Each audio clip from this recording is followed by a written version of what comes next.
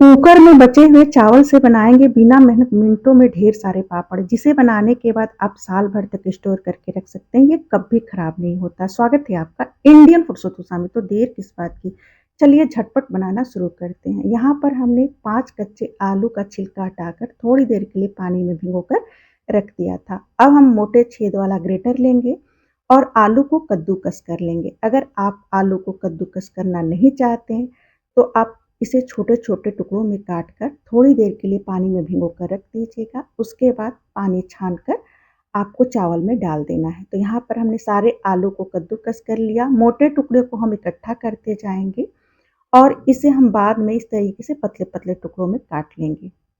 काटने के बाद आलू को पानी में भिगोकर थोड़ी देर के लिए छोड़ देना है और उसके बाद हमें आलू को अच्छी तरह से 3-4 बार साफ पानी से धो लेना है। तब तक धुलेंगे जब तक कि आलू में साफ पानी निकलना शुरू नहीं हो जाता। तो इस तरीके से आप देख लीजिएगा, पूरा तरह से पानी साफ आना चाहिए। अब हम आलू को अच्छी तरह से हाथ में लेंगे और इसके पानी को निचोड़ लेंगे और निचोड़ने के बाद छन्नी में रखकर थोड़ी देर के लिए छोड़ देंगे ताकि इसका सारा पानी निथर जाए। यहाँ पर हमने 1 दिन का बचा हुआ चावल लिया है और ये चावल थोड़ा-सा गीला हो गया था और इसे हम अच्छी तरह से आटे की तरह से मसल लेंगे। अगर आप ताज़ा चावल भी बना रहे हैं, उसमें से चावल बच जाता है, तो इस तरीके से आप चावल को अच्छी तरह से मसल लीजिएगा और मसलने के बाद इसे हम प्रेशर कुकर में डाल देंगे और इसके ऊपर हम आलू को डालेंगे। इसे हम इस तरीके से फैला देंगे। स्वाद के अनुसार नमक डालेंगे। पापड़ में हमें थोड़ा-सा नमक कम डालना चाहिए। पापड़ सूखने के बाद नमक का मात्रा थोड़ा ज़्यादा हो जाता है। इस चीज़ को हमें ध्यान रखना है। अब इसमें हम 1.5 गिलास पानी डालेंगे और पानी डालने के बाद आलू और चावल को अच्छी तरह से मिला लेंगे, नीचे से ऊपर तक। यानी कि आलू को अच्छी तरह से चावल में चला लेना है। अब हम प्रेशर कुकर का ढक्कन लगा देंगे और गैस पर रख करके मीडियम फ्लेम पर 3 से 4 सीटी आने तक पका लेंगे। आलू पक गया है, कुकर का ढक्कन खोल देते हैं और आलू को अच्छी तरह से रगड़ते हुए हम मैश कर लेंगे। कलछी के पिछले वाले भाग से इस तरीके से आप रगड़ेंगे ना तो आलू अच्छी तरह से मैश हो जाएगा। साथ में चावल तो पहले से ही पका था, वो भी बिल्कुल आटे की तरह हो जाएगा। ये देखिए, अब इसमें हम डाल देंगे 1 छोटी चम्मच जीरा, 1 छोटी चम्मच चिली फ्लेक्स या कुटी हुई लाल मिर्च, बारीक कटा हुआ हरा धनिया की पत्ती। आप चाहे तो इसमें बारीक कटा हुआ पुदीने की पत्ती भी डाल सकते हैं, जो आपको फ्लेवर पसंद हो।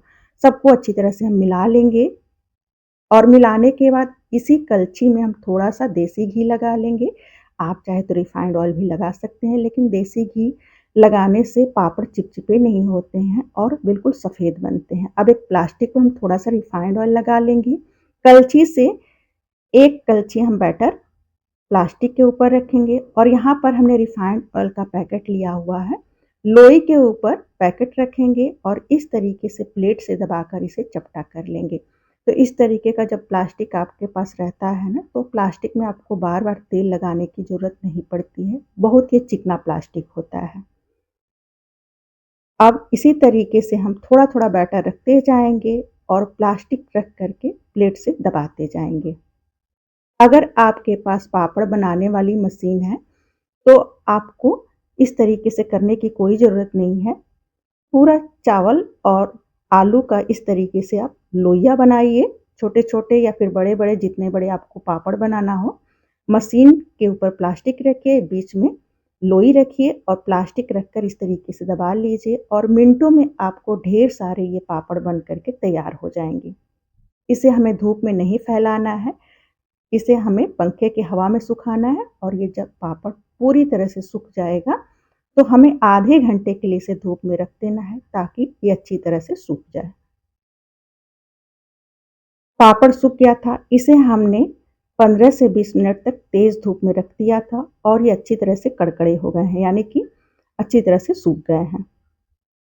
चावल के पापड़ को थोड़ा-सा ज़्यादा सुखाना होता है क्योंकि जब तक ये अच्छी तरह से सूखेंगे नहीं ना, ये फूलेंगे नहीं।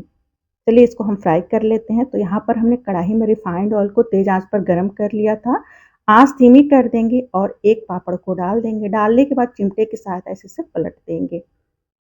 इसमें हमें मीठे सोडे का प्रयोग नहीं करना है और ना ही इसे फूलने के लिए किसी भी चीज़ को डालना है। ऐसे ही ये पापड़ बहुत अच्छे बनते हैं।